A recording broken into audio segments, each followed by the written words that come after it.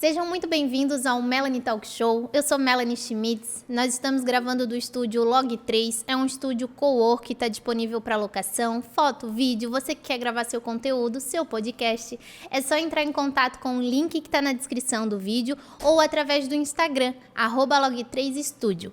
Hoje eu estou conversando com a mamãe da Martina e do Roger, a Janice. Seja bem-vinda, Janice. Muito obrigada, Fiquei um pouco nervosa aqui na apresentação, eu confesso, porque quando a gente gosta muito, muito, muito de quem vem, eu tenho que dizer isso. Eu fico aqui muito nervosa, porque é tanta coisa para falar. Tu imaginas, eu tô ansiosa com toda a tua desenvoltura.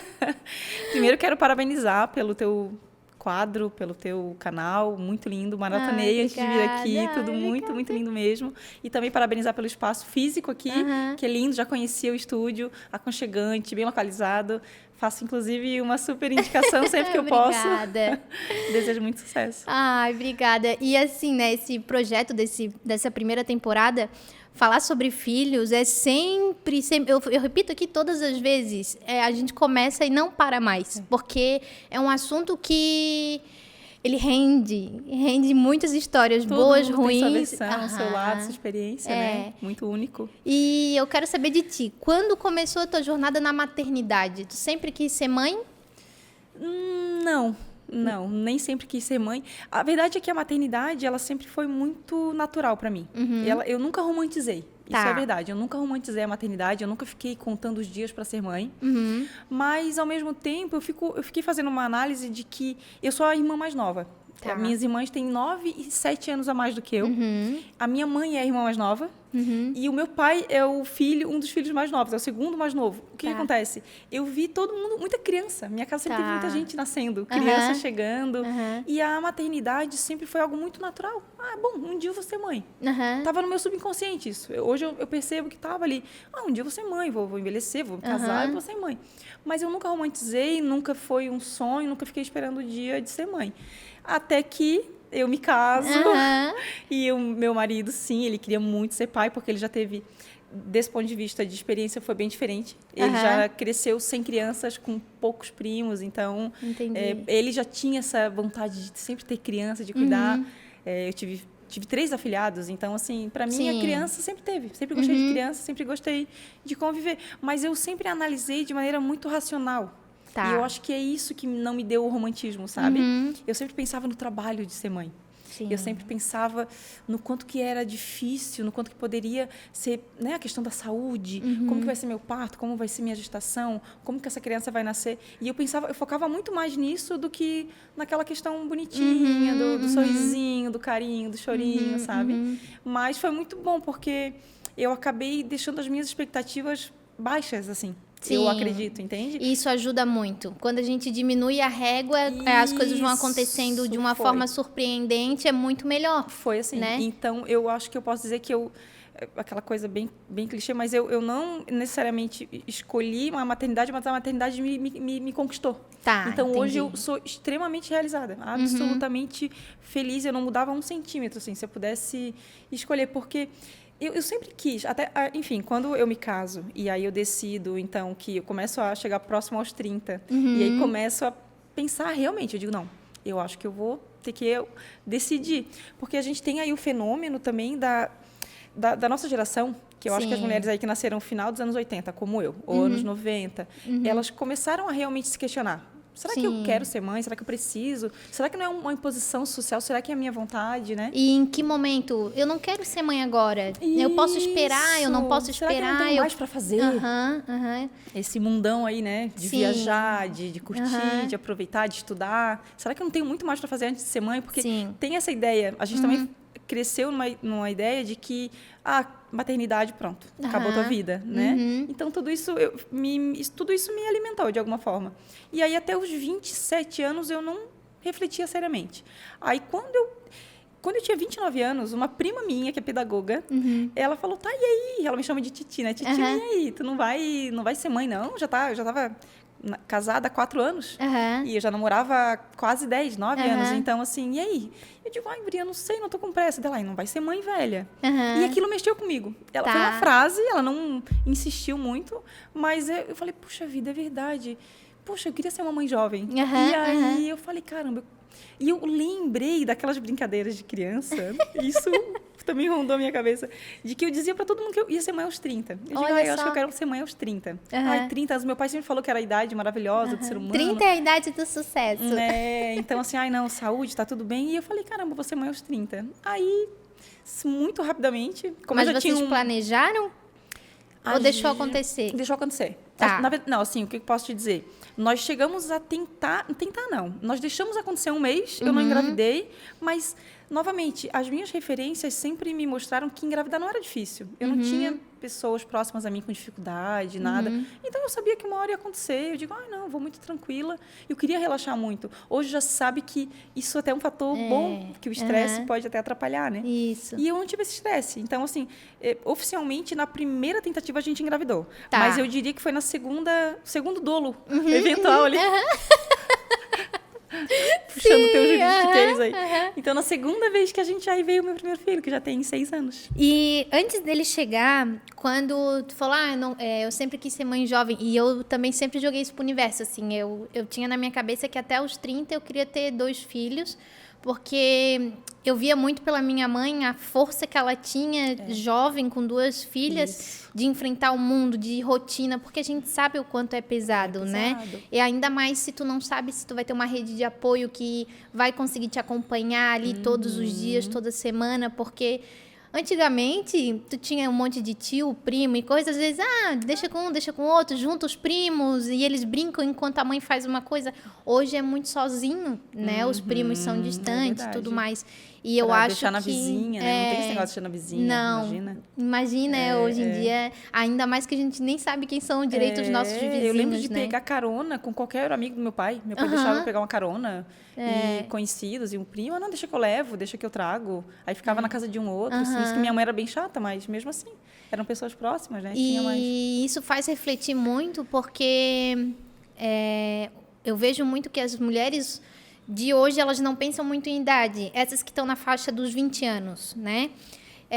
Que nasceram ali em 2004, enfim, não pensam muito nessa coisa, eu vou pensar, não pensa em gravidez, ou eu vou pensar, e infelizmente a mulher, ela tem que planejar, porque tem prazo biológico, né? E se a gente não começar a colocar na balança, organizar a nossa vida desde cedo, deixar tudo muito no oba-oba, pode ser que lá na frente seja tarde. Independente se tu queira ou não ser mãe, mas tens que pelo menos planejar. Eu não quero hoje, mas se um dia eu mudar de ideia, tal situação tem um plano B aqui, né? Eu acho que a gente sempre escolhe o difícil que é abraçar. Tu tem que escolher um difícil, porque assim, ser mãe é difícil, mas também deve ser muito difícil quando tu tiver aí aos 50 anos, não sendo mãe e dizendo e agora?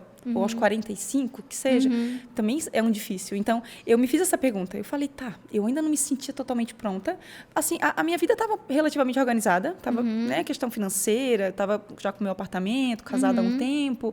Questões, assim, de profissionais, ok, mais ou menos ok. Mas eu dizia, tem umas coisas para fazer. Mas será que eu quero esperar tanto? Será que eu estou disposta ao preço de ir lá na frente? Como é que eu vou fazer se eu estiver muito mais adiantada? E eu queria ter essa energia. E eu agradeço por essa decisão.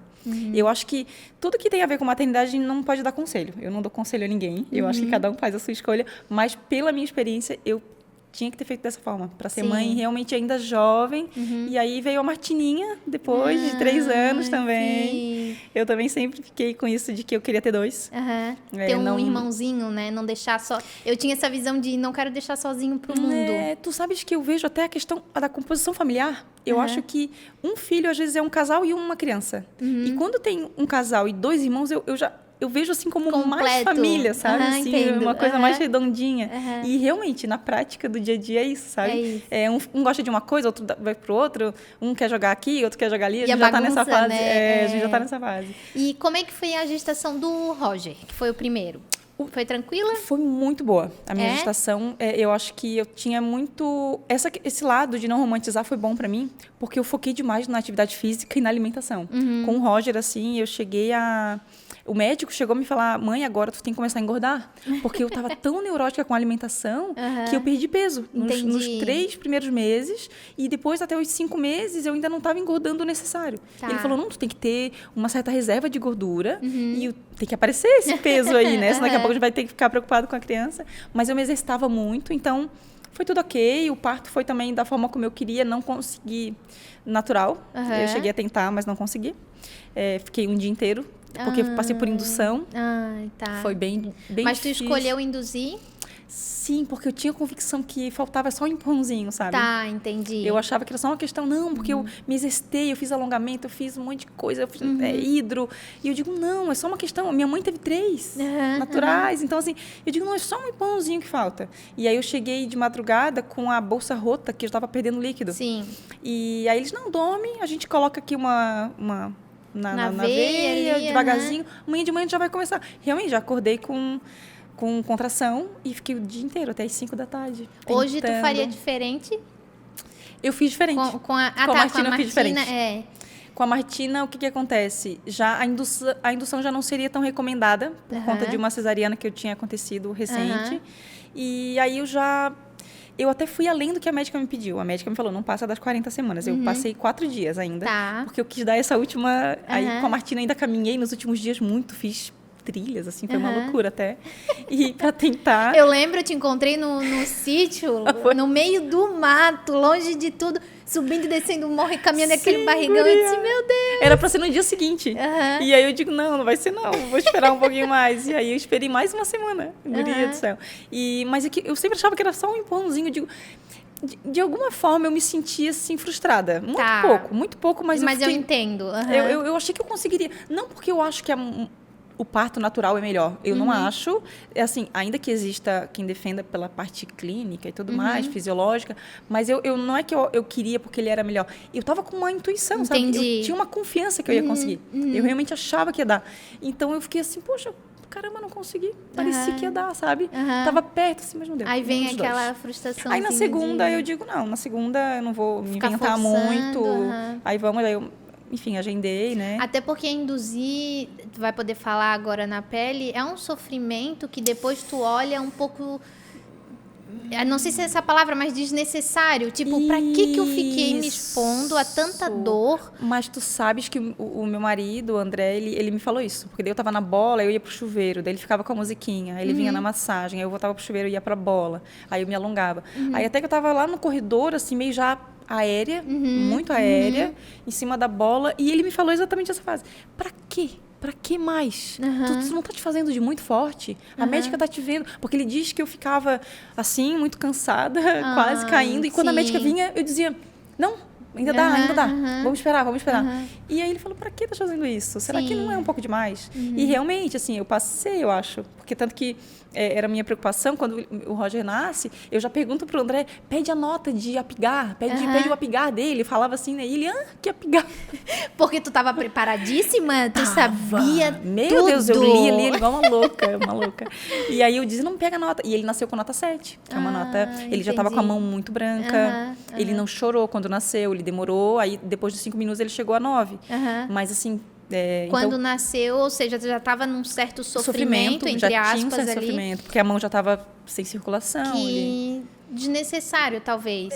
Mas, na época, fez da forma como tu achou que era o melhor. Não me culpei. Assim, e não tem que se culpar. Na hora a gente toma a decisão que a gente acha que é o melhor. Era o que tu tinha. E se os médicos estavam acompanhando e até aquele momento estava tudo ok, então que assim seja, né? Que prossiga. O pior seria se tu insistisse em algo que tu sabia que estava acontecendo algum risco para ti ou para ele, né?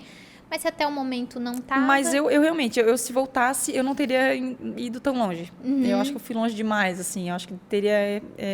se estendeu muito. Então... Mas, assim, é como tu fala, eu não me arrependo, não me culpo. Me arrependo, mas não me culpo, entende? Entendo que era o que eu tinha para fazer ali. Sim. Eu lembro que do Lucas, ele nasceu de 41 semanas... E foi super tranquilo, as minhas contrações, uma dilatação a cada 1 hora. Olha. E contração super leve, uma cólicazinha bem leve. Eu não tava sentindo dor, desespero e tal, nada, bem tranquilo. Só que eu passei a noite com aquela coisa de contração, de dilatação a cada 1 hora. Então, eu já não dormia, as costas doendo. Eu tava cansada, eu não tava com dor, mas eu tava cansada.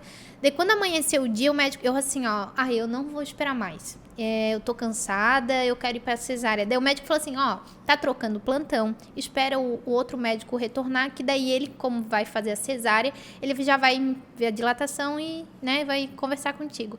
Quando esse médico voltou, ele assim, mãe, tu já tá com 8 centímetros de dilatação e a tua bolsa ainda não estourou. Se tu deixar eu estourar a tua bolsa, o bebê já vem pra nascer. Então, coisa de no máximo 2 horas, tu já tá pronta.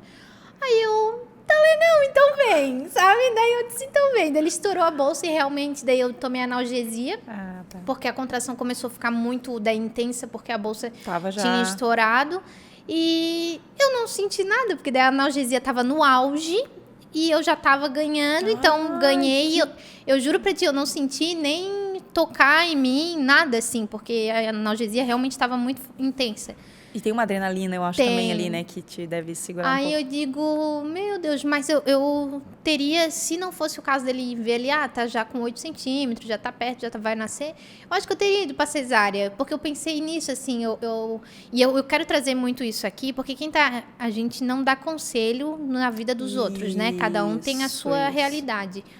Mas pra mãe que tá próximo de um parto, ou de né, que estuda o teu corpo, vê todas as opções e perceba que tu não vai ser menos mãe se tu fizer uma cesárea, porque tem muito isso também de forçar, induzir, eu vou tentar até hoje, porque tem que ser normal, né? Então, aí que tá, olha só, eu acho que parte dessa minha frustração, eu quase me ceguei um pouquinho por essa ideia do parto natural. E tem pessoas que se cegam pela cesariana, que sequer ouvem o corpo, sabe? Que sequer refletem, que, sabe? Então, assim, escuta talvez uma outra opinião, lê um pouquinho, vê alguém, analisa se tens irmãs que passaram por aquilo, que às vezes tem uma fisiologia parecida. Então, não pode cegar, não pode entrar no automático. E a gente já teve a fase da cesariana no automático. E eu acho que eu vim desse pós-boom de cesariana, e aí eu estava muito com essa ideia de não vou entrar na cesariana à toa. Mas aí também quase me ceguei pro outro extremo, entende? Então, só consegui ser equilibrado nesse ponto,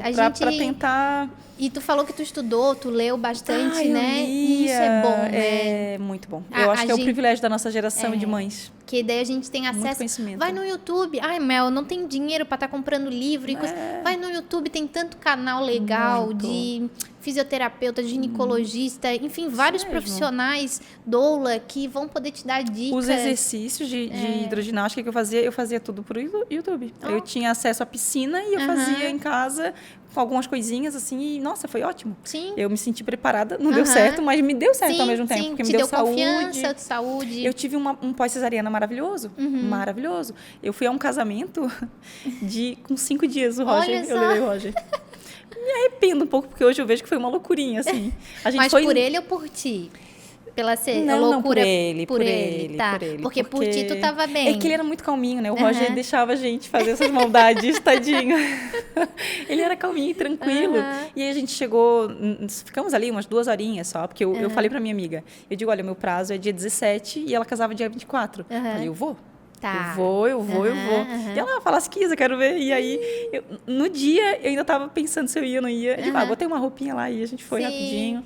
Prestigiar e já voltar pra casa. Mas eu fui a um casamento com 5 dias, parida. Mas, assim, a minha cesariana foi excelente. E o exercício físico te ajudou bastante também a voltar ao corpo, a ter disposição. Que loucura. Eu te digo que o meu melhor corpo foi pós-parto do Roger. Só. Meu melhor corpo. Que, assim, porque eu estava muito regrada no exercício. A alimentação praticamente 100%, assim, eu não deslizava. E aí eu tenho fotos assim que eu tava me sentindo. Eu digo, meu Deus. Sim. Meu marido fala, como é que pode? Agradece o teu filho aí que...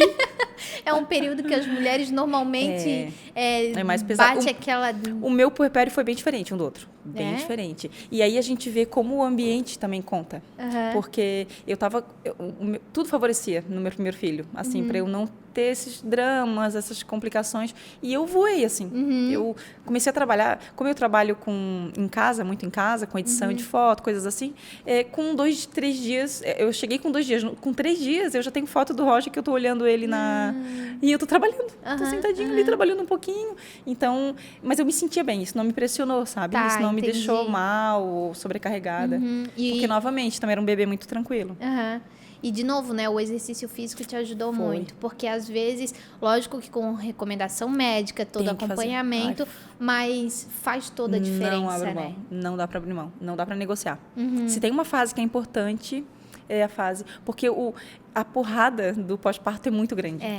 Então, assim, a gente tem que favorecer. A gente tem que te dar, sabe, o máximo de oportunidade de não ter problemas no puerpério, que é questão hormonal, que é questão do mal-estar, às vezes teu corpo não tá, né? Então tudo tá complicado. E aí tu tem aí semanas às vezes de um sangramento. Sim, eu ia dizer isso, Tu tem flacidez, tu tem um bebê chorando, tu tem dúvidas, aí tu tem a vida que tá ainda assim encaixando, né, para aquela nova realidade. Então, pelo menos o teu corpo tu tem que fazer o que tu puderes para ter endorfina circulando ainda. Sim. E o máximo. E o Roger, então, foi super tranquilo? Foi. RN, ele pediu uma irmã. Até hoje a gente fala pra ele, tu pedisse a tua irmã. Tu nunca... E ele adora a irmã, né? Porque ele foi tão tranquilo que... Absurdo. Deu assim, a vontade de ter o segundo.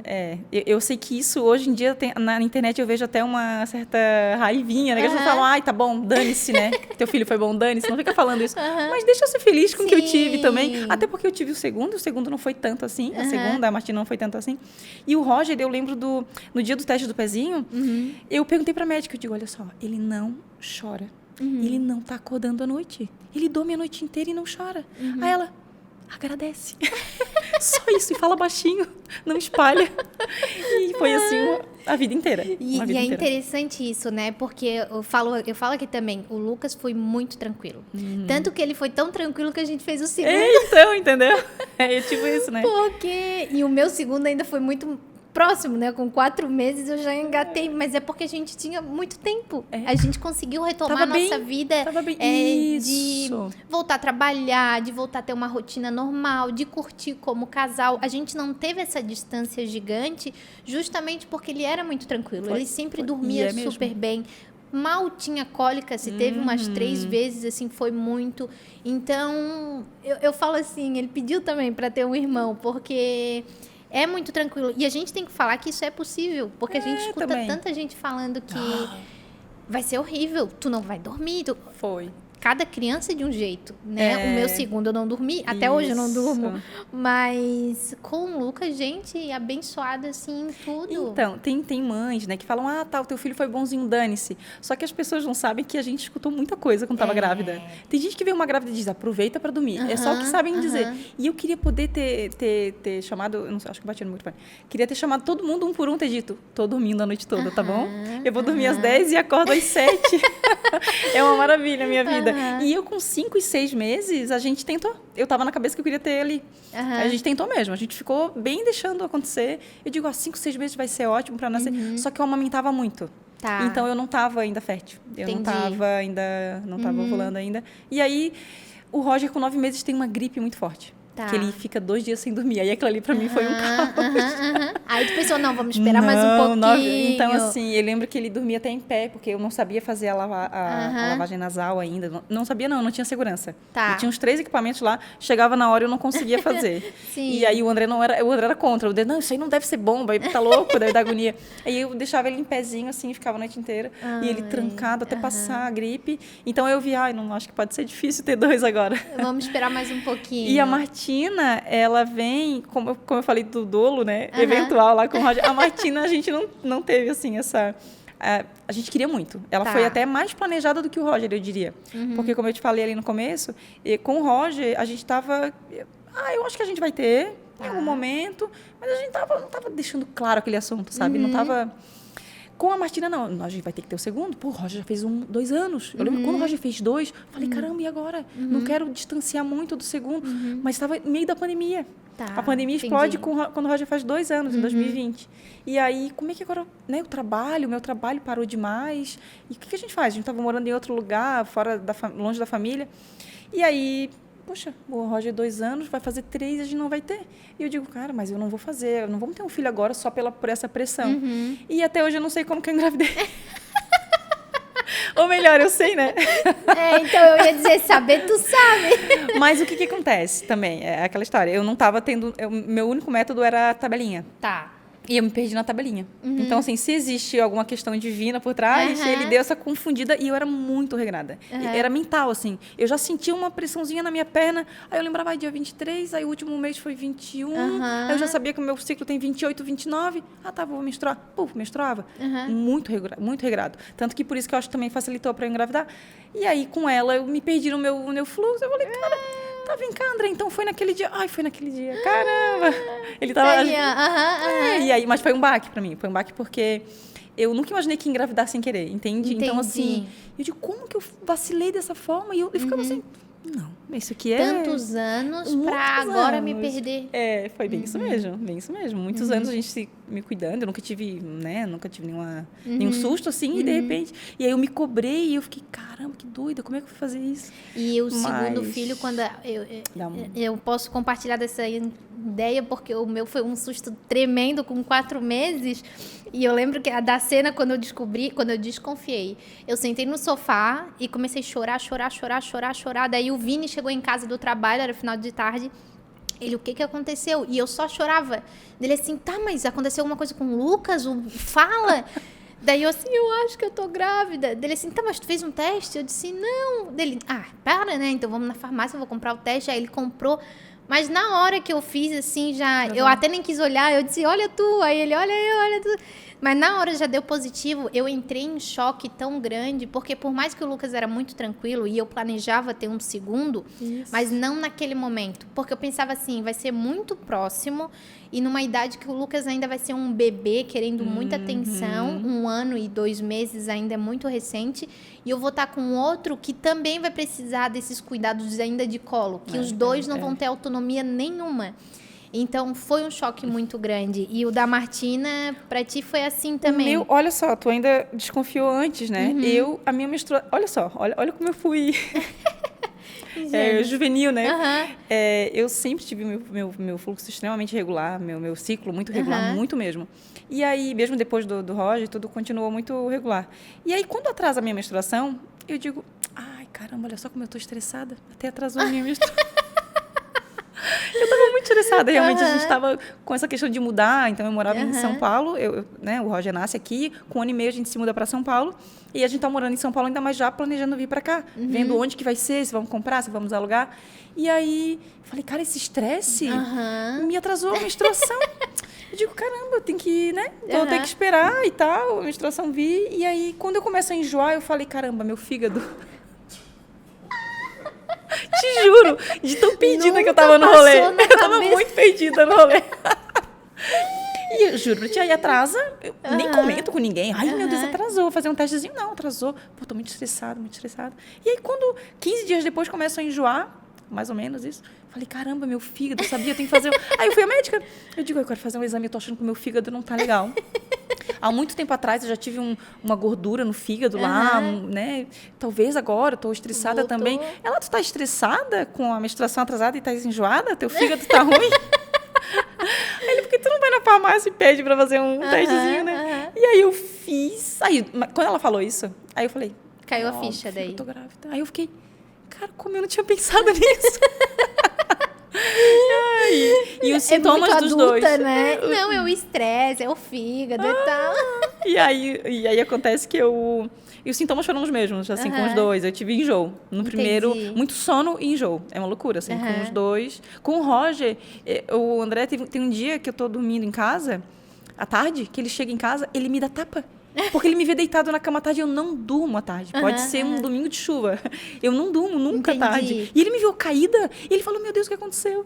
E eu falei, cara, eu não aguento de sono. Eu fui assim, eu tava trabalhando e eu pego no sono sem nada.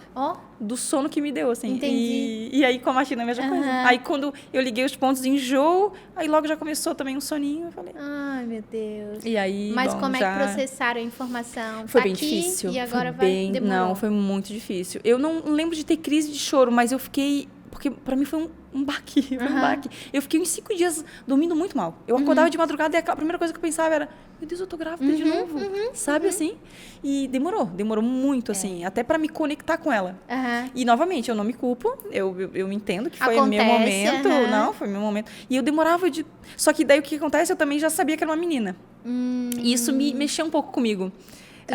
Mas tu sabia o que é intuição? Ou pela porque tu questão fez o do exame? ciclo. Por causa, dizem, né, que no dia da ovulação, as chances de ser o menino, e aí no final da ovulação, como eu estava ali perdida, foi justamente no finalzinho de um período ali, que daí eu digo, agora vem a menina, então. E aí quando eu faço a ultrassom, eu acho que eu tô com 10 semanas, se eu não estou enganada. 10 semanas quando eu faço a ultrassom, a médica diz, olha, não é possível afirmar, esse prazo não é confiável, mas ela está no ponto em que o órgão está se formando. E ela tem a formação clássica de uma menina. Entendi. Eu jamais eu te diria para comprar o enxoval, né? Mas é muito provável. Aí eu casou com a minha intuição. E aí, quando eu dou a notícia para a família, que eu já estou de 2 meses e quase 3, quase 3 meses, aí eu já digo, ó, tá vindo a menina. E aí, claro, né? Aí depois vai, né? E tu demorou a contar porque tu estava processando a informação? Não, pro André eu já contei de cara, não, né? Eu digo pra família. Não, porque o que acontece? Quando eu tô quase fazendo, quase no Natal, eu acho que a ultrassom dela é do dia 18. Eu faço a ultrassom dela dia 18 de dezembro. Entendi. Então, vamos esperar então o jantar de Natal, que eu já ia fazer na casa da minha mãe, com meu sogro e minha sogra ainda. Eu lembro que no nosso, o do Gabriel foi um susto muito grande, a gente também ficou vários dias processando a informação, e daí eu só falava assim, ó, vamos contar para as pessoas quando a gente tiver com essa informação processada 100% com a gente, que é para transmitir para as pessoas que a gente está feliz com essa vinda. Eu demorei a me conectar também, e é importante trazer isso aqui, porque tem mães que às vezes até planejado, às vezes um susto tão grande porque decai a realidade que tu tá trazendo uma vida ao mundo, que demora a se conectar e pensa assim, mas todo mundo fala que tu já ama. Ai, porque filho, eu já te amo. Gente, calma, o amor também é construído. O Lucas, eu lembro de amar no primeiro dia que eu vi o positivo, mas o Gabriel, por ter sido esse choque e perceber toda a mudança que ia acontecer, não que eu não amava, mas assim, eu demorei a construir isso, foi aos pouquinhos. E tá tudo bem. E daí eu lembro que quando eu soube o sexo e a gente contou pra todo mundo, aí fica leve, aí todo mundo já fica feliz por ti, aí todo mundo te abraça, mas é natural ter esse medo, né? Isso é muito interessante mesmo. Em nenhuma gestação minha eu tive essa ligação com a barriga. Nenhuma. Eu não lembro, assim, ó, a verdade é que eu não fiz. Eu não teve dia de eu sentar na primeira. Foi bem assim, eu queria, como eu te falei, eu estava entregue na questão da alimentação, do exercício. Eu não lembro de ficar, ai, filho, tal coisa. Eu sabia que era bom ele escutar a minha voz, né, o André, mas eu não tinha isso. Para mim, a vida estava tão acontecendo, eu estava... E eu, como eu te falo, essa questão de não romantizar que eu comecei falando, tem muito a ver com o medo da decepção, eu acho. É uma certa forma de bloqueio, assim, uma certa defesa minha. Então, enquanto ele não estava nos meus braços, e eu te digo, agora, já partindo para a parte romântica da coisa, na hora que ele nasce, que daí ele vem, aí ele não chora, eu percebo que ele não chora, eu pergunto a nota de Apgar, aí eu falo, traz ele, eu quero ver ele, me deixa ele vir. Aí uma enfermeira querida me trouxe, eu dou um beijo nele, eu te juro. Foi das coisas, com certeza, a coisa mais emocionante da minha vida. O beijo na bochecha, e eu não esperava. Eu não fiquei, sabe, eu não vejo a hora de dar o beijo na bochecha dele, não. Simplesmente, quando a pele dele toca, eu falei, meu Deus, cara, parece assim um lugar que eu nunca fui, eu não consegui de novo, sabe? Eu não consegui me ver naquela situação de novo. Ai, daí sim. Aí quando ele tá no braço, e eu falo, aí eu me arrepio muito. E aí eu falo pra todo mundo, assim, que quando tá no braço e tu vai pra casa, aí sim que cai, sabe? Aquela coisa ficha, né? E foi maravilhoso, assim. E aí com os dois, essa questão de pegar no braço, e com nenhum dos dois eu tive essa fase da barriga, de ficar, já tô sentindo. Quando ele mexia, eu até não tô conseguindo dormir, para aí. Eu tentava dar um matarenzinho aqui na barriga, pra ver se ele parava de mexer. Era bem tranquilo. Mas era uma defesa de esperar, eu quero que esteja tudo pronto, eu quero que ele esteja no meu colo. E o Lucas, eu... tinha mais, assim, meu Deus, eu passava a mão na barriga, eu polia aquela barriga o tempo todo. Do Gabriel, aí a vida com o primeiro já deixa tudo tão corrido que não é porque tu não quer, é porque tu esquece. Que às vezes as pessoas perguntavam, e aí, ele mexe muito? Aí eu tinha que parar pra pensar, e eu dizia, ele chutou tal hora. Não, ele mexe. Porque realmente é tudo muito corrido, né? E como é que foi a tua gestação da Martina? Foi tranquilo? A da Martina foi tranquila, eu já não estava tão... como o primeiro filho já demanda ainda, né? O Roger tinha 2 anos, quase 3. Ele faz 3 quando eu estou na metade da gestação dela. Então, assim, ele ainda tinha uma certa demanda, eu não estava tão entregue à gestação dela no sentido de preciso... Mas me ajudou muito a alimentação por conta dele. Então, ele já estava numa alimentação de criança, que hoje em dia a gente consegue ser mais regradinho. E aí, mas, do ponto de vista, assim, de saúde, tudo ok. Da Martina teve só a questão um dos exames teve alteração na glicose.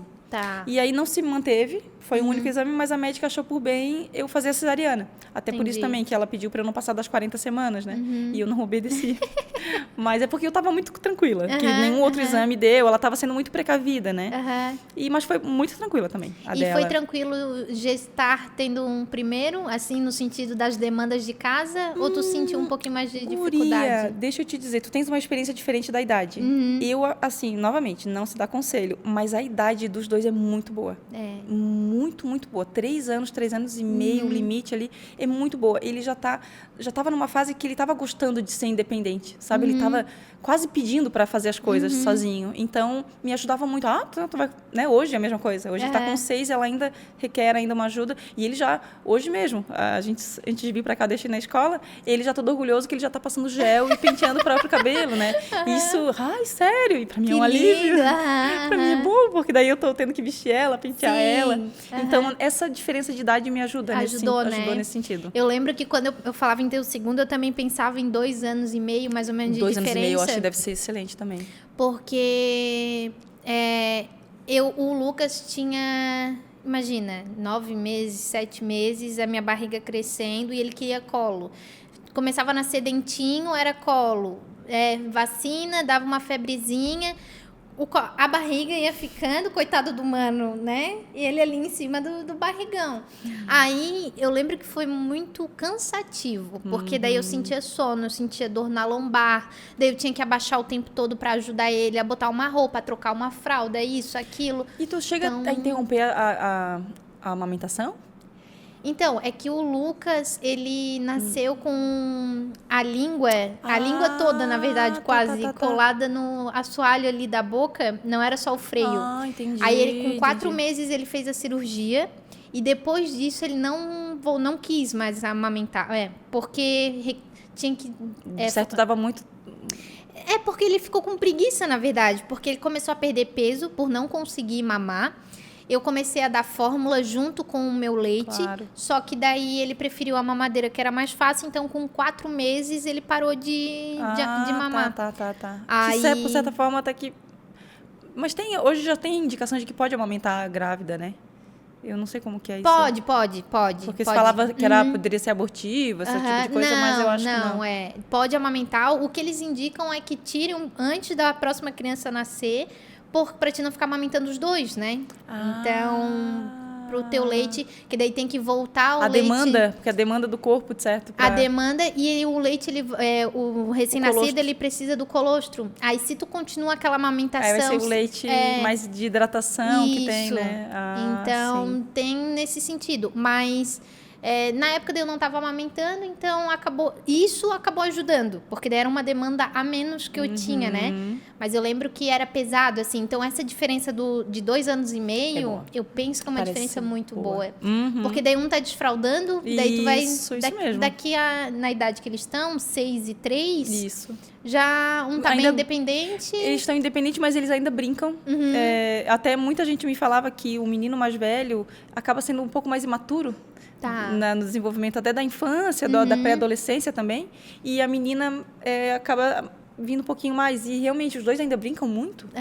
Então, assim, tem essa parte de se distraírem um com o outro. A gente já fez viagem no começo, só com o Roger, que ele ficava chateadíssimo, entediadíssimo. A próxima vez tem que virar Martina. Então, assim, pra gente, às vezes é bom, porque é um a menos, mas pra ele faz toda a diferença. Hoje, novamente, eu tava vindo pra cá, ele falou, caramba, eu dei muita sorte de ter a Martina, né? Porque tem gente que não tem irmão. Aí ele começa a falar o nome dos amiguinhos, não vai ter irmão nunca. O Benjamin não vai ter irmão nunca. Coisas assim, sabe? E pra ele é meio inconcebível. Porque ele já tava numa idade que ele, 3 anos, ele já... abraçou aquela ideia e que ele teve uma vivência comigo. Ele deve ter no coraçãozinho dele algumas coisas de muita relação só ele, mas ele também já incorporou a chegada dela, assim, né? Que eu acho que deve ajudar. Sim, e tem essa coisa também que eles falam assim, mas muito próximos, eles têm muitos ciúmes, mas é muitos ciúmes da chegada ali, aquele primeiro momento, eu penso, né? Porque depois o Lucas, ele tem ciúmes, mas é no sentido assim, que eu acredito que em qualquer idade, eu quero atenção agora, e eu tô tendo que dar atenção para um outro. Sim. Aí ele fica irritado, mas ele ainda não sabe lidar com os sentimentos dele, daí, né, briga e coisa. Mas eu acredito que é nesse sentido. Ele ainda tá aprendendo a lidar com os sentimentos. Sim, porque sim. ele não tem a lembrança de ser sozinho. Né? Ele era um bebê. Vai ser muito bom. São quase irmãos gêmeos, assim, de conviver. Sim, é um ano de diferença. Então... Agora, sim, a gente estava falando da diferença. Eu acho que pro começo é muito tem essa dificuldade da gestação, da demanda ali do colinho. Mas agora, pra frente, é excelente. É. 1 ano e pouquinho. Quanto que dá? Dá 1 ano e 2 meses. Ah, é maravilhoso. Pra vida adulta vai ser uma maravilha. Imagina, sempre vai pra ser 2 e 3, 4 e 5, 6 Não, e a 7. turma, um vai entrar numa série, o outro na de trás. Assim, então, isso pra frente, aí eu acho que é o ideal. É ótimo. E daí o da Martina, o parto dela, então foi a cesárea. Foi a cesariana, e foi aí já fui tranquila? agendada. O da Martina foi mais difícil, o meu puerpério foi mais pesado. Tá, eu já tava, porque eu tava em obra. Tá. A obra, né? Quem já fez obra sabe, o sufoco. Então, eu tava em obra, eu tava na casa da minha mãe, na casa da minha sogra. Entendi. Eu ainda tinha a minha casa, mas ficava longe, né? Era em outro estado. Então, eu tava com essas questões, assim, de não ter o meu cantinho, sabe? Com a Martina. A amamentação com ela também foi um pouco mais difícil. A pega dela foi um pouco mais difícil, me machucou mais. Tá. Que também o Roger foi outra coisa que foi muito tranquilo. Com ela já teve a pega mais difícil. E aí, o leite dela, ela demorou a pegar peso, porque o leite ficava muito fraquinho, ela não chegava a se nutrir, ficava mais hidratada, né? Porque dizem que o primeiro leite ali daí dá uma hidratada, e depois que alimenta. Então, a gente teve aí uns 15 dias bem turbulentos para eu aliviar a amamentação, que foi mais doída, mais sofrida. Empedrou. Quase tive que fazer procedimentos, assim, consegui reverter em casa, mas foi bem duro. Então, o sono dela já é mais leve. Então, por isso que eu comemoro o Roger, porque eu sei como que é difícil. Ela já tinha um sono muito leve. Tanto que ela amamentou quase 6 meses a mais que o Roger, mas eu atribuo muito a isso, ao fato de que eu ficava com ela ali na cama e eu tinha... O sono dela era mais pesado, era mais levinho, então eu tinha que dar esse leitinho para ela conseguir dormir. Para dormir. Entendi. E é engraçado porque eu sempre falava, quando eu descobri a gestação dela, e aí eu tenho essa semana inteira que eu fico acordando às 5 da manhã. Era pontual, 5 da manhã. Eu acordava e dizia, caramba, tô grávida. E aí aquele filme se repetiu durante uma semana. Às 5 da manhã era o horário que ela acordava. Olha só. Durante todos, assim, os 6 meses. Ela até dormia bem à noite. Ela não era de acordar à noite. Mas, assim, o sono era mais curto. Sim. E 5 horas da manhã. Eu chegava a achar graça. Eu digo, não, hoje não pode ser que... 5 e 1, 4h59. Era uma loucura. Meu Deus, ela já estava sentindo o negócio da gestação lá.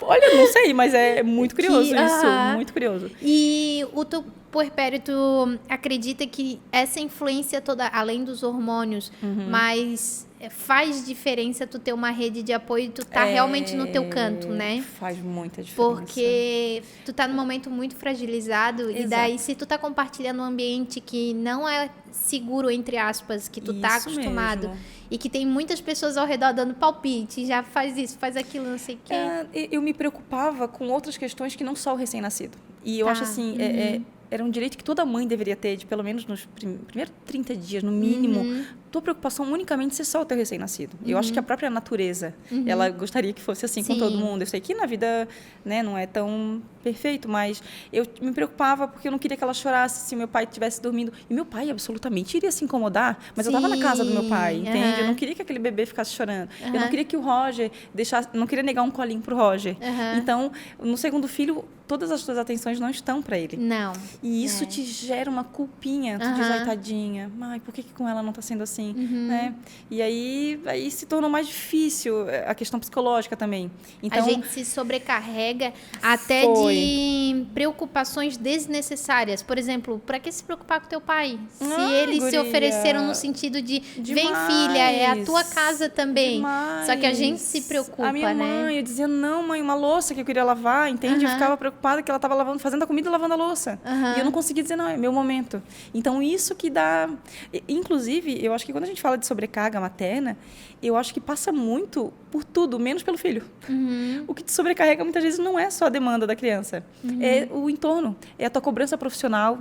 Não estou ganhando dinheiro, ou não estou ganhando mais dinheiro, ou meu marido, não estou dando atenção para o meu marido, ou o vizinho que está ouvindo choro, ou o irmão, sabe? Qualquer outra coisa muitas vezes te sobrecarrega mais do que propriamente a criança. Se toda mãe conseguisse unicamente se prender às necessidades da criança, eu acho que não, pelo menos para mim, não sobrecarregaria tanto. Não ia ser tão pesado, né? Quanto todas as histórias que a gente ouve. E, às vezes, as mães, elas não percebem isso. Exato. Porque a questão hormonal também, né? Tá toda aquela bagunça, mas talvez se alguém está nos ouvindo e está passando por esse momento, olha ao redor e vê se realmente é a demanda da maternidade em si ou é tu que está te preocupando com coisas que talvez nesse momento não precise. Exatamente. E assim as pessoas elas vão entender. Se tu disser assim, eu não quero agora, deixa isso para depois. Eu vou me trancar aqui, eu vou ficar aqui. Isso, e eu tive uma dificuldade também de entender que era o momento de pausar. Na gestação no puerpério do Roger, pro meu primeiro filho, quando eu digo que foi tudo muito bom porque ele era bonzinho, foi legal, mas ao mesmo tempo eu sinto a falta de ter me acalmado um pouco. Eu não precisava estar tão acelerada, não precisava ter trabalhado tanto como eu trabalhei. Tudo bem que eu não tive grandes problemas em relação a ele, eu não observei alguma dificuldade em relação a ele, mas por que eu não vivi aquilo mais, sabe? Por que eu não me deixei mergulhar e entender que era um momento só, é só uma pausa, não é para sempre, nada. E com o Roger eu quis muito, não, minha vida não vai mudar, não, esse negócio da vida mudar depois do filho, não, vai ser tudo igual. Mas a vida muda, a vida tem que mudar. É melhor que mude. E o melhor porque quanto mais tu aceita a mudança, melhor tu te adapta a ela. Sim, então, não gera uma nova preocupação e frustração, porque tu vai ficar pensando sempre no passado. Não, até semana passada era assim, eu vou continuar assim. É o joguinho de encaixar, tu vai querer encaixar uma estrelinha num círculo, não entende? Tu vai ficar sofrendo por aquilo. Então, aceita que tu virou uma estrela, ou que tu virou um círculo e deixa, entende? E tá tudo bem. É verdade, né? É verdade. Eu acho que a maior preocupação é exatamente isso, a gente conseguir entender que tudo mudou e que tá tudo bem, que não tem problema não se vestir mais da forma como tu te vestia, não frequentar os lugares que tu frequentava. E assim, entender que é temporário. Por exemplo, né? Ele era recém-nascido, não precisava trabalhar tanto. Pois é, porque daqui 2 meses tu poderia te organizar para voltar a trabalhar. É o famoso 1 para trás para dar 2 para frente. E às vezes a mãe, eu acho que é muito real. A mãe ela quer logo continuar a caminhada, um passo, e vai ficar patinando. Pode patinar, né? E a gente sabe que é muito sensível. O puerpério é muito sensível. Quando a gente mal nota, já tá... E assim, eu não senti com o Roger, realmente não, mas com a Martina eu vi que quando menos tu espera, tu já tá sofrendo, tu já tá com tristeza sem motivo. Então, já tá, ou seja, já é uma coisinha querendo te puxar ali. Então, aí, claro, me deu sorte que eu tenho uma rede de apoio maravilhosa. Eu tenho 2 avós, eu tenho 4 avós, melhor dizendo. Tenho primo, tia, o próprio pai, né? Que não é rede de apoio, mas é uma pessoa que tá ali. Então, ajudou muito. Porque, senão, as mães solo ou quem não tem uma rede tão grande... E às vezes, assim, até tem a rede, mas o teu psicológico tá tão bagunçado, não tão organiza, né? Que tu não consegue organizar os sentimentos até para entender que aquela ajuda é só uma ajuda, que não é alguém querendo se meter na tua vida e mudar a tua vida. É verdade. Porque eu percebo que, e talvez é uma falta, que no pré-natal deveria ter consultas com psicólogos também. Porque tem mulheres que não têm essa... tipo, pensando agora... Muito. Porque tem mulheres que, assim como tu fez, eu também li muito, me preparei muito. A minha primeira opção de parto era cesárea. E eu falava, eu vou marcar, vou me maquiar, fazer escova, vou chamar fotógrafo e bora lá. Mas o Vini veio muito com essa coisa de, Mel, pesquisa, porque o parto normal é bom por isso, por aquilo, Não quero te forçar, mas pesquisa. E pesquisando, eu percebi que seria o melhor. Só que assim, estudei.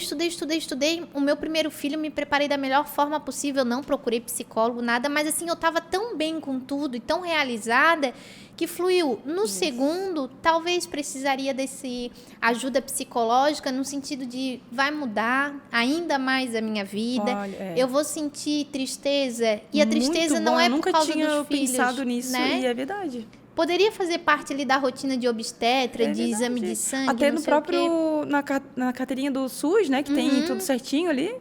Poderia ter uma consulta, pelo menos uma vez a cada 2 meses, né?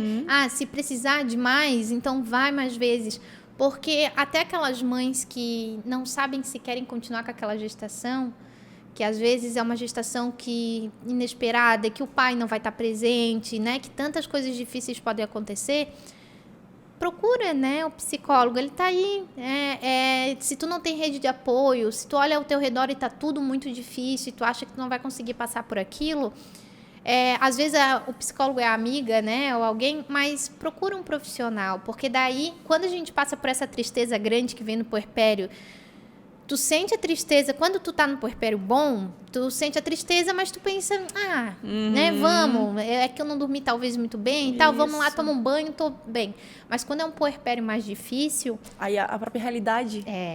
Aí tu olha tudo de uma forma muito difícil. Aí tá ruim de dentro para fora e de fora para dentro, porque se tem uma realidade já sofrida, aí com a tua energia já ruim, aí acaba contaminando tudo, né? E eu acho que uma boa para mim, por exemplo, o que me ajudou muito, eu adoro atividade esportiva, adoro praticar esportes, então assim, eu me encontro, sabe? É o que me reconecta comigo. Tá. Então, e eu acho que tem gente que, por exemplo, é o trabalho, pode ser que seja o trabalho, pode ser que seja a vaidade, então vai lá, troca o cabelo, né? Vai fazer um procedimento e te reconecta com tua figura, se tu gosta. E o meu foi o esporte. E eu acho que essa é a maior dica, assim, para qualquer puerpério complicado, é tu dizer, tá, o que eu mais gosto de fazer? O que eu faria uma semana direto e pagaria para fazer? Então, vai lá e faz. Tu quer estar bem fisicamente? Tudo bem, vai lá.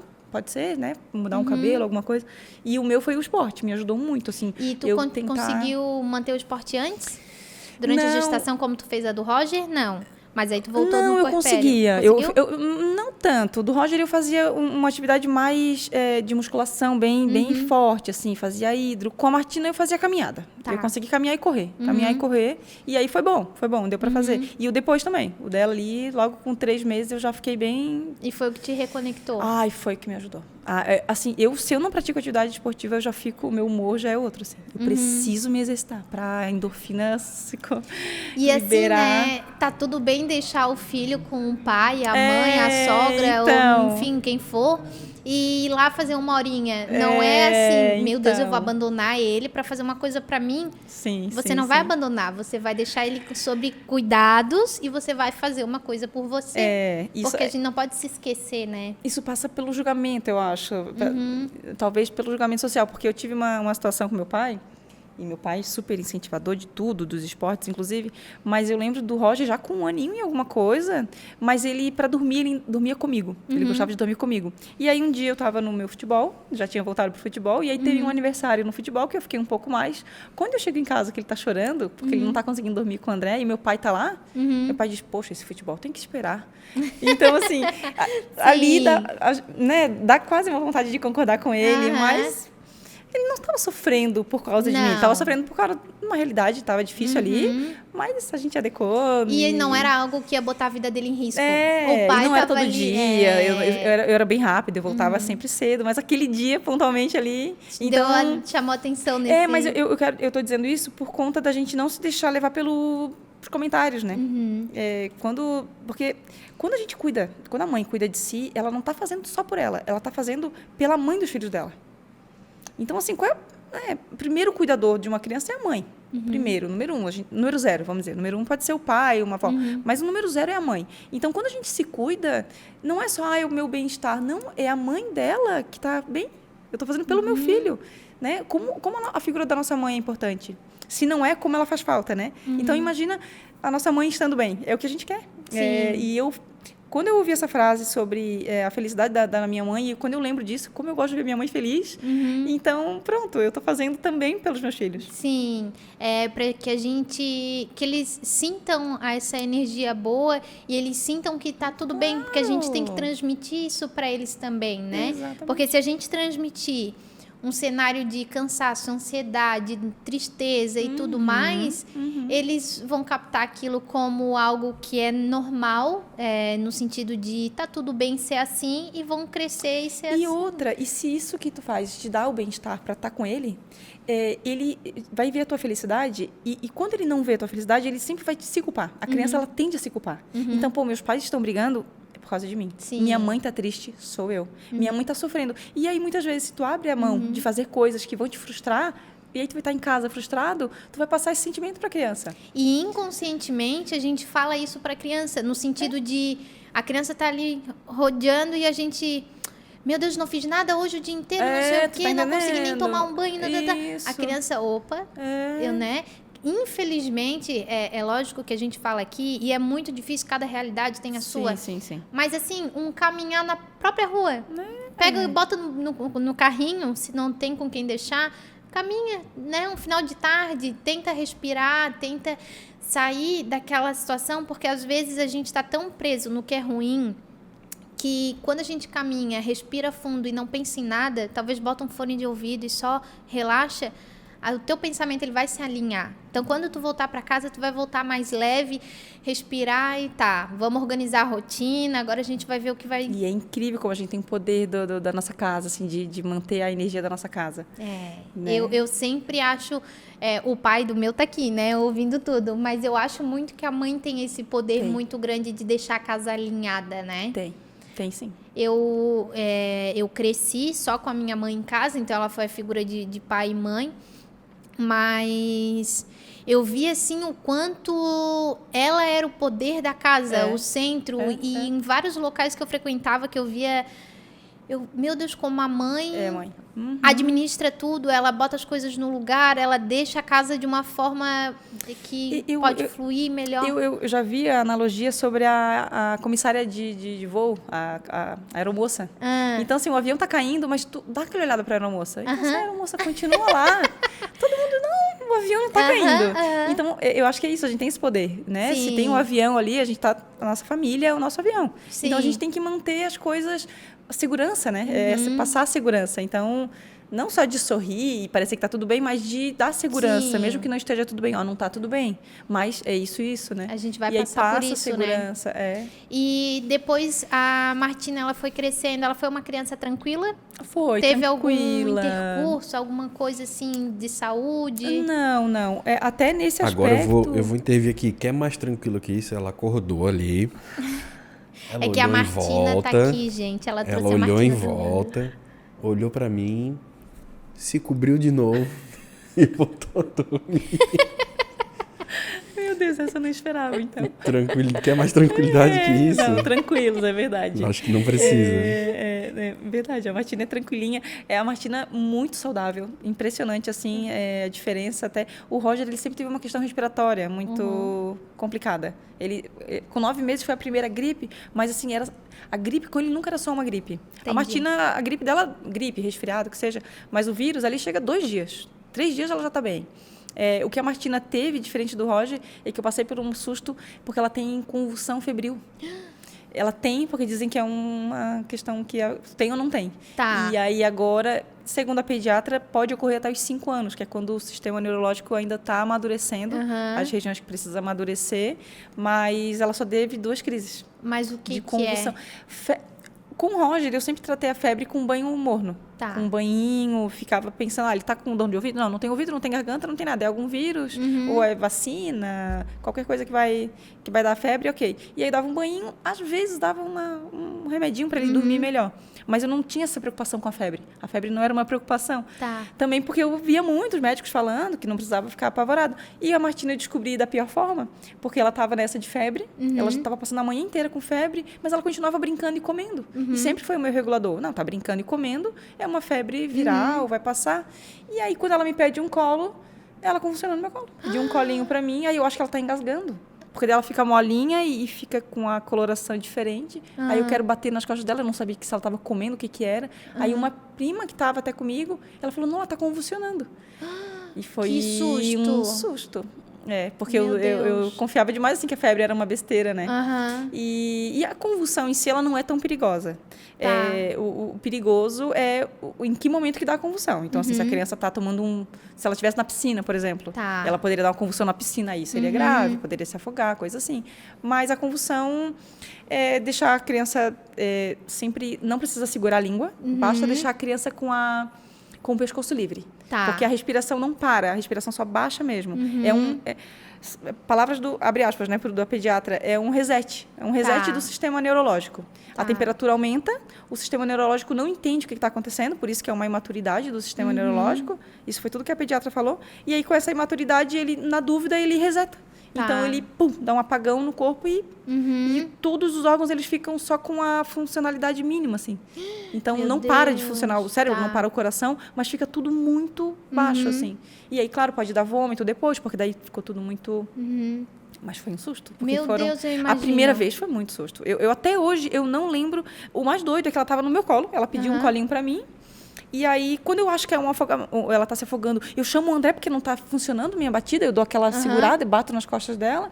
Aí eu grito, o André percebe que eu estou gritando, o André... E eu entrego ela para o André e pego o carro. Olha Isso que só. foi muito engraçado, porque eu não peguei ela. André, larguei ela no colo e peguei o carro. Quase passei por cima do meu portão, assim. Eu não lembro, eu não Meu consigo Deus, lembrar que do trajeto que eu fiz. É que da minha casa até o pronto atendimento dá uns 4 minutos. Tá. Eu juro pra ti, até hoje eu não tenho a fotografia dessa... Pra mim, eu sei que eu dirigi porque eu lembro de sair com o carro e lembro que eu cheguei lá com ela já no meu colo, porque eu peguei do André de volta. Mas eu fui dirigindo assim, sem nem imaginar. Meu Deus, eu porque é um imagino o susto que é. desespero. Eu imagino. Aí na segunda vez a gente já estava contando que poderia acontecer. Ela estava com... Aí foi uma febre... Nesse dia ela estava com uma febre de alguma vírus, alguma coisa que passou ali. Mas na outra vez, quando ela tomou uma vacina, que já sabia que era da febre, eu estou medicando ela e a febre não estava baixando com a medicação. Aí eu tento me informar, faço até uma...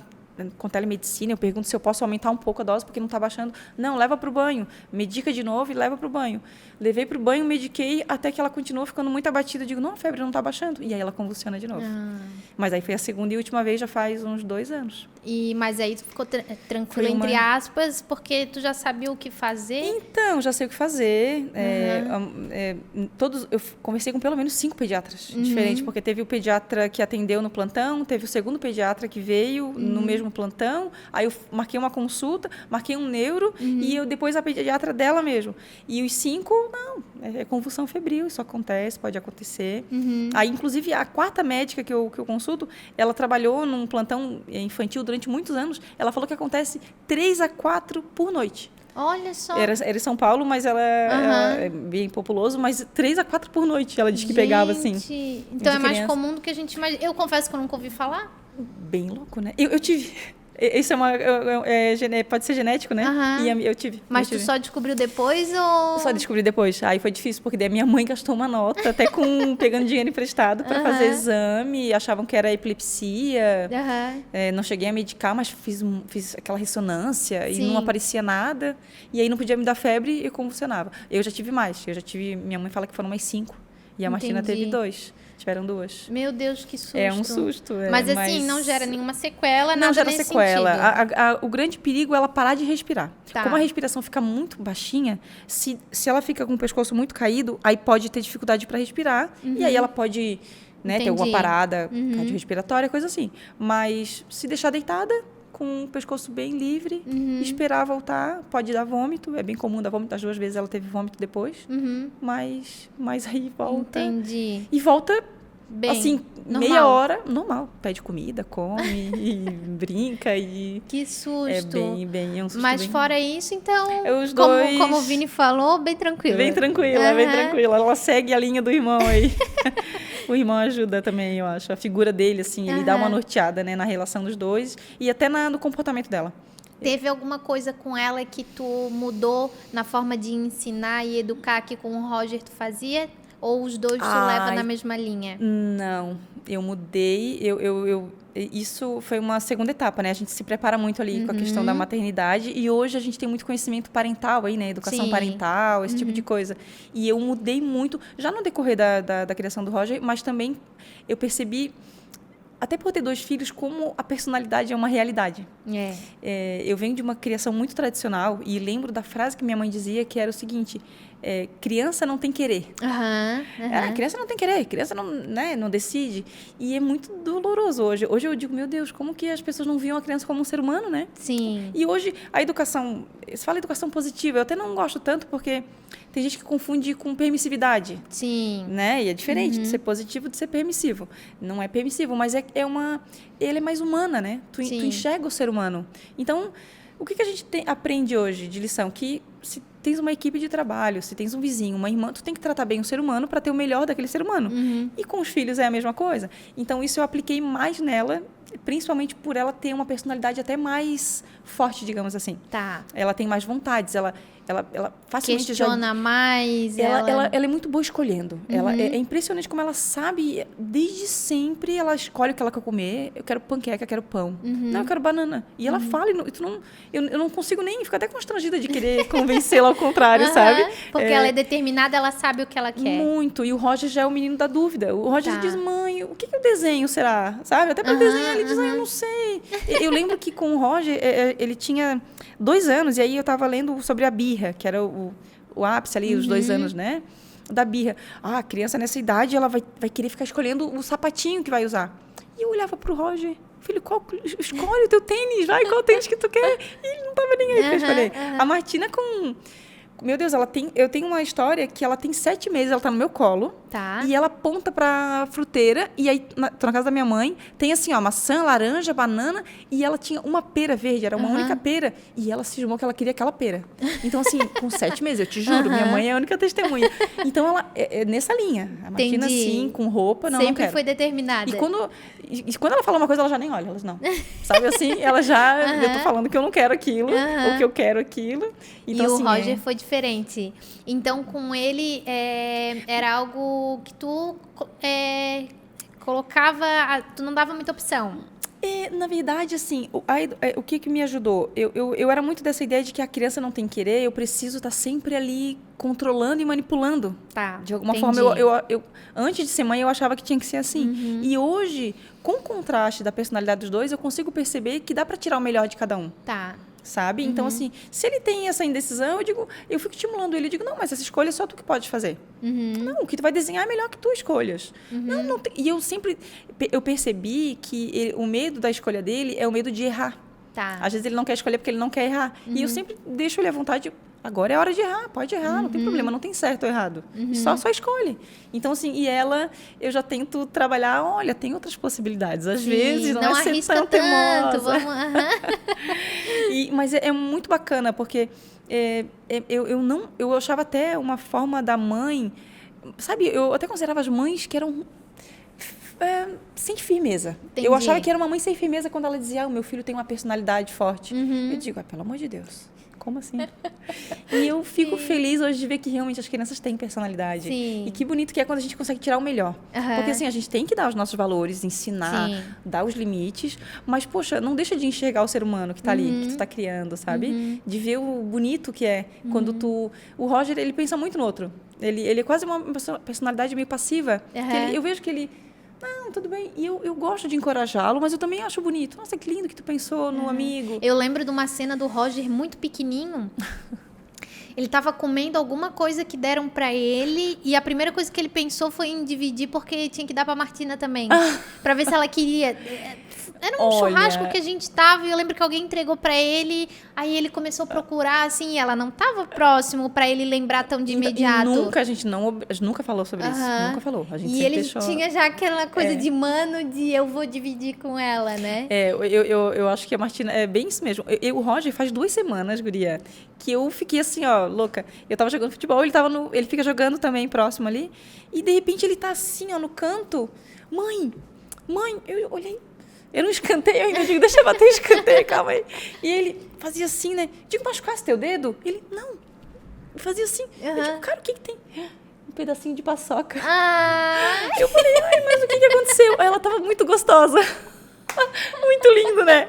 Ela tava muito lindo. Molhada, né? Tava molhada a paçoca. Mas foi a melhor paçoca que eu comi. Então esse é o Roger. É muito bonitinho. Muito gostoso. E é uma coisa que não se ensina. Não. Eu nunca ensinei. Não posso te dizer que, não, a gente sempre ensinou valores de generosidade. Ou de pensar. Não, nunca ensinei. É dele, assim. E esses momentos, tu olha assim, tu pensa, como cara, vale a pena. É verdade. Por mais difícil que seja, por verdade. todas as dificuldades, enfim, que a gente ainda vai enfrentar, porque é pro resto da vida. Mas hoje eu falo que o maior presente que eu pude dar pro Lucas foi o irmão, porque...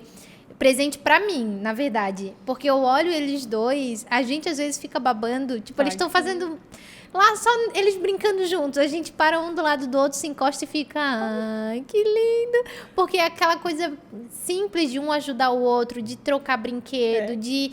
Às vezes ele abraça o mano e fica um olhando pro outro assim, como quem diz, estão conversando por telepatia, qualquer que não falam ainda bem. Aí eu fico, meu Deus, né?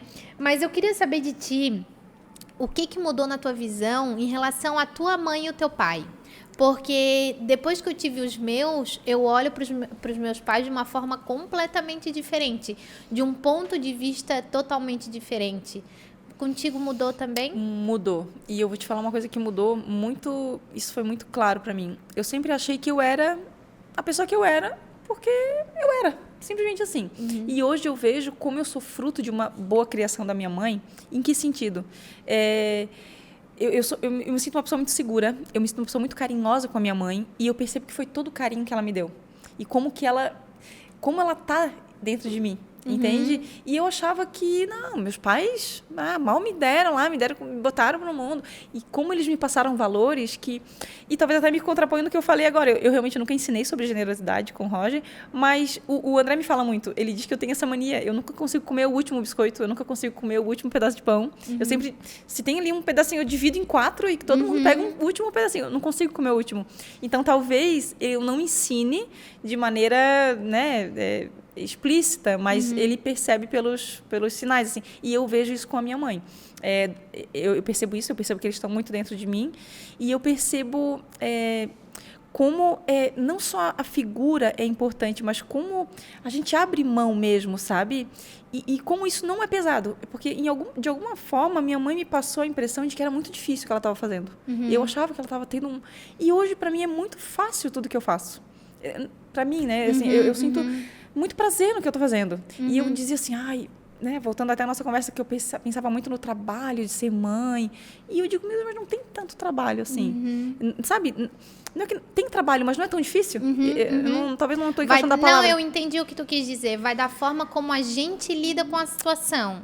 Né? Como a gente está preparado para aquela situação. Tão grande, não. Eu estou só vivendo. Como tu diz, a realidade mudou e está tudo bem. É isso mesmo. É mais uma tarefa que eu tenho no dia. Entende? E esse foi o ponto que eu li. E tem um livro que eu não li ainda, e tá lá no meu carrinho da Amazon, que que fala justamente sobre isso. O livro que você gostaria que seus pais tivessem. Esse nós eu ainda temos não... lá e a gente também ainda não... A gente ganhou esse livro e não leu ainda, né? Tá lá na prateleira. Guria, ainda revi agora. Eu quero quero muito ler esse livro. Ganhei de aniversário foi do Bruno, né? Bruno e da Cris, né? Mas tem aquela frase do Pequeno Príncipe, né? Quem passa por nós nunca vai só... E nem nos deixa só, porque eles levam um pouco de nós e deixam um pouco, né? A frase é mais ou menos isso. Isso mesmo. E assim, principalmente no núcleo familiar, né? Às vezes a gente olha para trás, eu não tenho nada da minha mãe, eu não tenho nada do meu pai. Isso, eu achava isso. E não, qualquer pessoa que conviva contigo ou que passe uma horinha contigo vai deixar um pouco dela e tu vai deixar um pouco para essa pessoa também, com toda certeza. E conforme a gente vai mudando, que os anos vão passando, a gente vai deixando coisinhas diferentes na vida dessas pessoas, né? Por exemplo, hoje, talvez coisas que a tua mãe faz com teus filhos, ela reflete em ti de uma forma que tu fica... Ai... Eu acho que isso é algo sobre a geração passada que se reflete muito nos avós, nos vovôs, nos homens. Porque o homem, ele não teve tanta ou não teve a oportunidade, ou não estava... Não tinha essa criação, não tinha essa oportunidade, e não tinha essa cobrança cultural, né, de fazer, de ser o pai ali. E aí, eu vejo que o meu pai, ele passa muito por isso, dessa fase de viver. Eu percebo que ele vive tudo que ele não viveu, sabe? Que ele estava na juventude dele, trabalhando, quando corre, e que hoje ele, meu Deus, eu olho assim, não é meu pai, sabe? Como é que esse pai se transformou em seu avô? Como é que pode?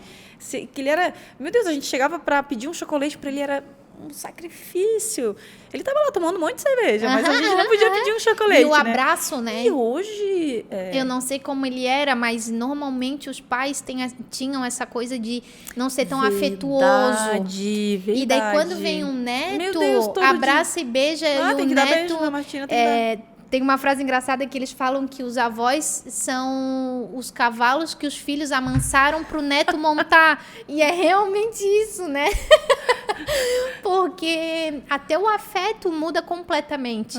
Talvez porque antes tinha muita questão da obrigação de sustentar, né? Ser. E daí veio de outra geração, mas eu vejo que hoje os pais de hoje, eles dão mais carinho, mais afeto, abraça, beija, é muito bom. né? Eu acho que é um privilégio que a gente vive, assim, hoje, né? muito, muito, muito. A família ser uma opção. Eu acho que quando a gente passa a ter opção, não é mais uma coisa obrigada a ser mãe, tudo melhora. Sim. A gente estava falando agora sobre babá, olhar os filhos e babá. Tem uma frase que eu e o André a gente fala todos os dias. Eu não vou mentir, talvez um dia sim, um dia não. É verdade, assim. Já agradecesse hoje? E a gente fala, já agradecesse hoje. E aí a gente olha eles fazendo uma... que pra gente tudo é lindo, né? Sim. Essa da paçoca, tu imagina. Eu fiquei contando, falando 1000 vezes. Ele me deu a paçoquinha e tal. Então, o Roger, quando agradece a Martina, ou quando eles começam a se beijar.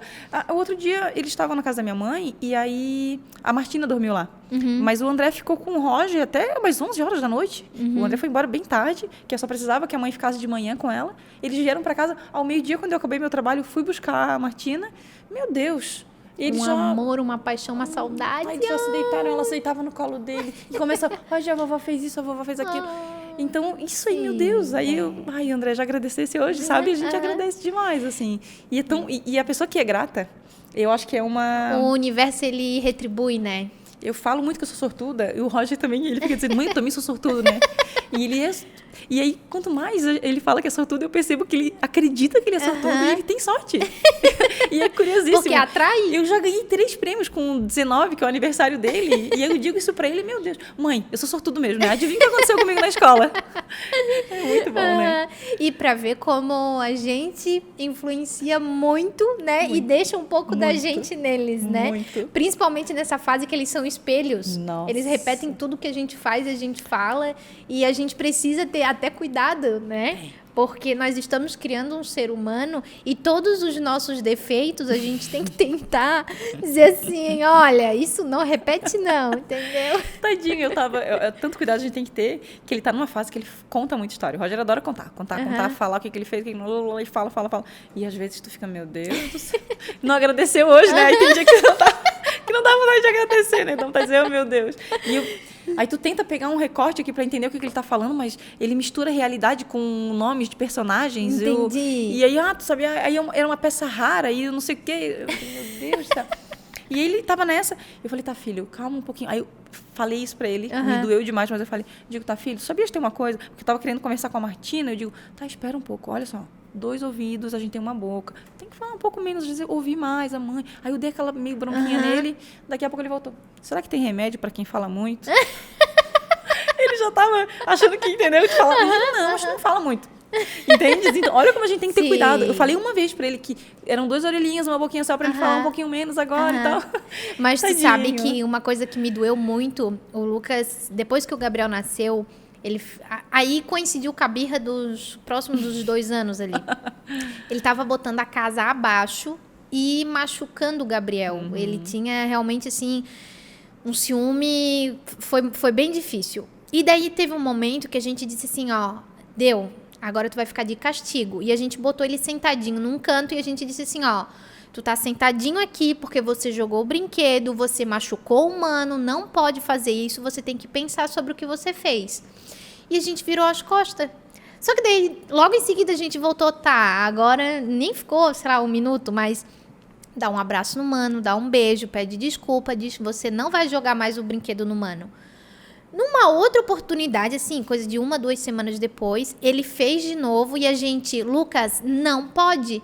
Ele baixou a cabeça e foi andando lá pro cantinho e sentou sozinho. Mas a gente nem falou nada, deu. Naquele momento doeu tanto que eu pensei assim, como? O que eu tô fazendo, né? Eu vou traumatizar a criança.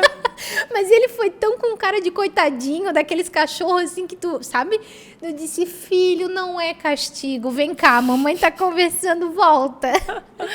Então, assim, é muito difícil, né? A gente se controlar todos os dias, exercitar a paciência, o diálogo.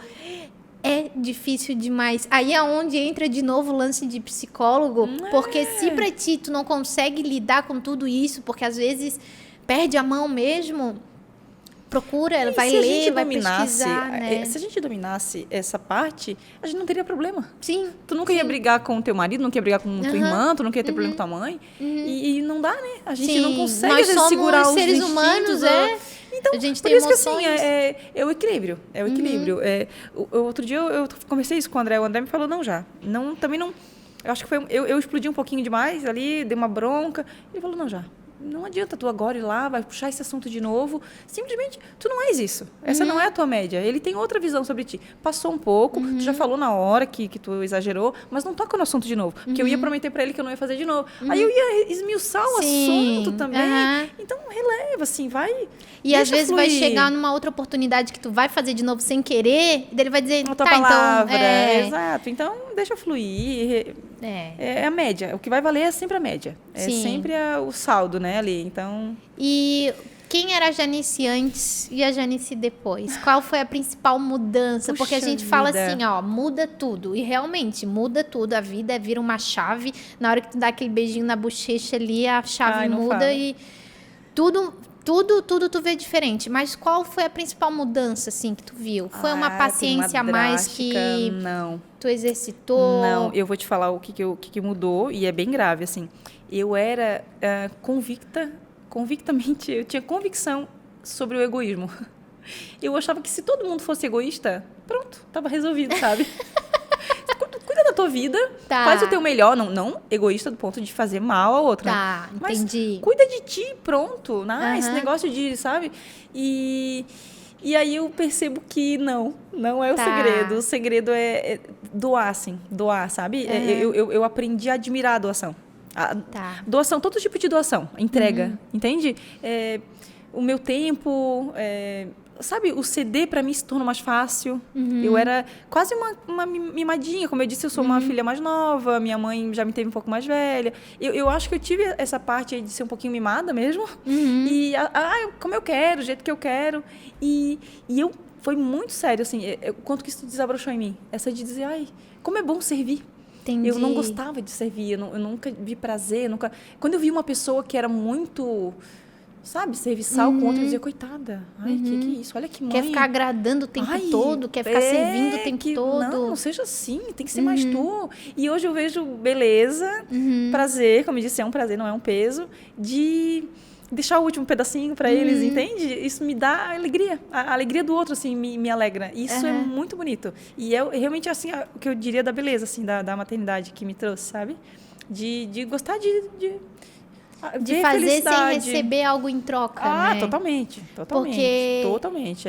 Tu não vai nunca receber de volta todo esse serviço, né? Eu pensava em receber de volta quando eu achava que a pessoa estava fazendo e achava um coitado por estar fazendo aquilo, porque não vai ganhar nada. O que vai ganhar? O que tá ganhando fazendo aquilo? E eu vi prazer em tu só dar e não pensar, sabe? E foi ótimo, assim. É bom. Isso quase traz uma leveza, entende? Sim. Eu falo aqui que eu acho que a principal mudança para mim foi a minha mãe. Eu vi ela com olhos completamente diferentes, assim, de entender toda a função de maternidade, a responsabilidade disso, às vezes em que não dormir ou a quantidade de vezes que ela precisou trabalhar para dar o melhor pra gente. E hoje, não que eu nunca dei valor a isso, mas eu vejo o quanto isso, o valor ainda maior, sabe? Eu vejo o quanto isso foi difícil para ela, porque a gente se coloca agora no lugar das vezes em que, nossa, o filho ficou doente, nosso sacrifício, porque maternidade é isso, tu tem que deixar coisas de lado, né? Tu tem que perder para ganhar, às vezes tu tem que só perder, mas depois lá na frente talvez tu ganhe experiência, visão de mundo diferente. Então, eu acho que para mim o principal foi essa visão assim de como a maternidade ela exige responsabilidade e ela faz com que a gente se doe todos os dias sem esperar algo em troca, realmente. Não. Ou o que vem em troca não é algo que a gente vai contabilizar. Sim. Vai vir troca. A gente vai receber alguma troca, mas não vai contabilizar. Tu não vai saber exatamente o que tu tá recebendo. E lembrando que, assim, a gente está falando de troca no sentido de um pagamento, entre aspas, por aquele ato. Por aquele ato. Bom. Mas é lógico Claro. que o sorriso, Sim. a paçoca, o querer a mãe, o colinho, o cheirinho, Sim. tudo isso óbvio que vale a pena, tudo isso no final, quando a gente bota na balança, todo o sacrifício vale a pena porque a gente recebe, né, a gente percebe o quanto está valendo a pena o nosso esforço. Né? E óbvio quando que tem começa essa a crescer, parte. eu que tenho os meus um pouquinho maiores, ainda muito longe de estar informados, mas assim, já dá para sentir algumas características que tu também diz, poxa, realmente eu me esforcei para aquele tipo de comportamento dele e tá dando certo. E Sim. também é uma forma de tu não, passa, sabe? Passa. Sim. E a conta vem. Bem, E eu acho que a conta vem mesmo. E se tu pudesse deixar uma mensagem para quem pensa em ter filho, ou às vezes não estava pensando, mas descobriu uma gestação agora, que tipo de mensagem tu deixaria? Olha, eu acho que vamos começar do que a gente falou aqui no início. Tenta te ouvir, tenta não perder a conexão contigo e fazer a tua maternidade, sabe? Fazer o teu maternar, entender o teu maternar. Eu não vou falar sobre a culpa ou não culpa, que se fala muito, mas aceitar que as escolhas vão ser feitas e tu sempre vai abraçar o difícil, o teu difícil. Então, assim, escolha a batalha que tu vai traçar, mas acredita na tua escolha e entenda que foi uma escolha. Então, assim, não adianta ficar sofrendo porque não foi do jeito, não foi na hora que eu quis, ou está sendo fora. Não, entenda que é isso mesmo. Toda escolha vem uma renúncia, então te entrega, te conecta, acredita em ti, sempre confia e vai dar certo. Já deu. E eu ainda acrescentaria no sentido de tudo passa. Então, assim, te apropria do que tu acha que é o melhor para ti naquele momento e acredita que tudo passa. Essa fase difícil vai passar. Felizmente e infelizmente, Sim. né? Então, aproveita também. Aproveita também. Porque o recém-nascido, depois de 45 dias, o rostinho é completamente diferente. Aproveita a gestação, tudo. aproveita. Mas eu tô enjoando muito. Pois é, mas é a tua gestação. Você tá falando, não adianta chorar. É a tua gestação. Então, dentro do que tu puderes fazer melhor, faz. E aceita que vai. E nunca medir a tua vida com a régua do outro, né? Que é isso, cada um tem a sua individualidade, né? Esse é o mais difícil, eu acho, hoje. Porque a gente vive a época aí dos influencers e a gente não pode deixar que seja a época dos influenciáveis. Sim. Então, assim, eu acho que a gente tem que pegar os exemplos, mas sem deixar ser manada, assim. Levar... Sabe, tu não percebeu qual é o teu desejo. Não, mas será que eu quero mesmo para aquele resort ou é porque todo mundo está indo? Sim. Mas nem gosto de resort, eu prefiro fazer um acampamento, né? Então, é importante, isso é muito importante. Você é fotógrafa? Sou. Qual o Instagram? Como é que o pessoal faz para conhecer o teu trabalho? Isso, legal. Como fotógrafa, eu sou Janice Fotógrafa, @Janice Fotógrafa no Instagram. Eu faço fotografia de eventos, eu já vim aqui fazer um ensaio. Sim. Adorei o espaço, inclusive. E vou adorar também receber os contatos lá. E depois a gente vai botar tudo aqui na descrição do vídeo, o @ como o pessoal faz para te joia. encontrar. Prazer. Novamente, muito obrigada por falar Achei que ia doer mais. Fala de maternidade e mais uma prova de que a Martina é uma criança incrível que tá lá, ó, quietinha, dormindo até agora. Deu tudo certo. Deu tudo certo. E vida de mãe é isso aí, né? Eu levei a sério, né? Levei a sério o negócio. Posso levar? Claro, gente. A gente tá falando de maternidade, é isso aí. Eu achei que eu ia fazer com ela aqui no colo, já deu certo, então. Deu. E você que está nos assistindo, nos ouvindo, não se esqueça de se inscrever no nosso canal do YouTube, aperta o sininho, compartilha o vídeo com todos, para todo mundo conhecer essa conversa gostosa. Nos siga nas redes sociais, Instagram, TikTok, e lembrando que a gente também está nas plataformas de áudio, Spotify, Deezer, Amazon Music. E depois eu vou tentar descobrir qual é a outra, porque todo final do programa aqui eu falo que tem mais uma e eu sempre esqueço.